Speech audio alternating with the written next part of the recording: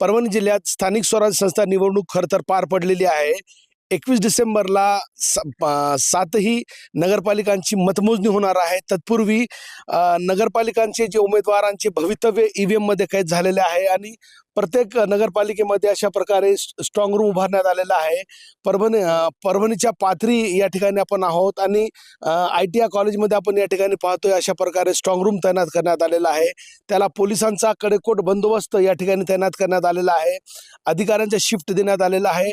Strong room आतमध्ये आम्ही जाऊन त्याच्या पाहणी करून आलोय. स्ट्रॉंग रूम देखील या ठिकाणी एकदम CCTVच्या नजरेखाली आहे.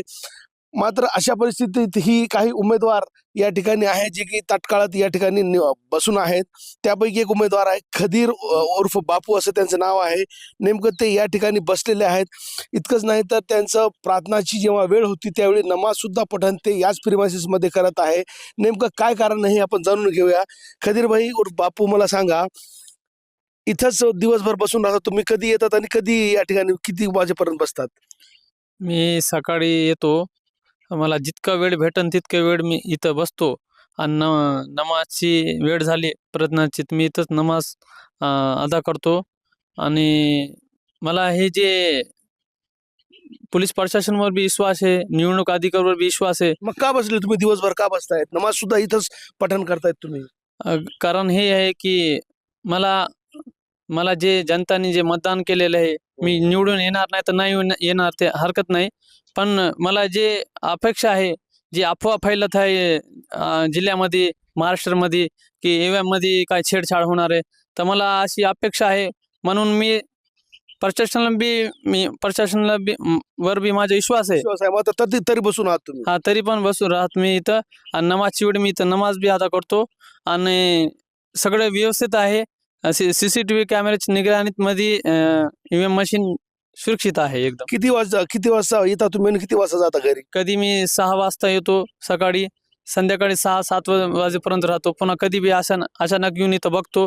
पोलीस प्रशासन बी इथं कडक बंदोबस्त. समाधानी आहे तुम्ही इथं जे पोलीस प्रशासनाची सुरक्षा आहे? महसूल विभागाने जे CCTV बसवले, स्ट्रॉंग रूम आता तुम्ही पाहणी केली, सुरक्षित आहे स्ट्रॉंग रूम? हा, सुरक्षित आहे. आणि पोलीस प्रशासनावर बी माझा विश्वास आहे की ते एकदम कडक ड्युटी करत आहे. मग मनाला समाधान म्हणून इथं बसता? मनाला समाधान म्हणून इथं मी बसत आहे.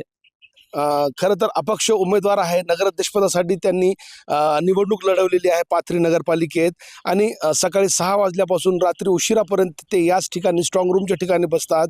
दरम्यान त्यांचा प्रार्थनेचा वेळ झाल्यानंतर याच प्रिमायसेसमध्ये कोपऱ्यामध्ये ते नमाजसुद्धा अदा करत आहेत.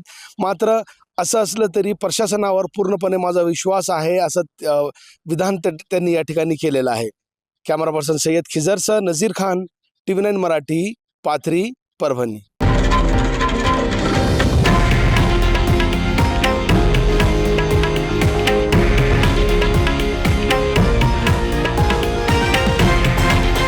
हे आहे देशातील नंबर 1 न्यूज नेटवर्क आणि आपण पाहत आहात TV9 मराठी, एकमेव.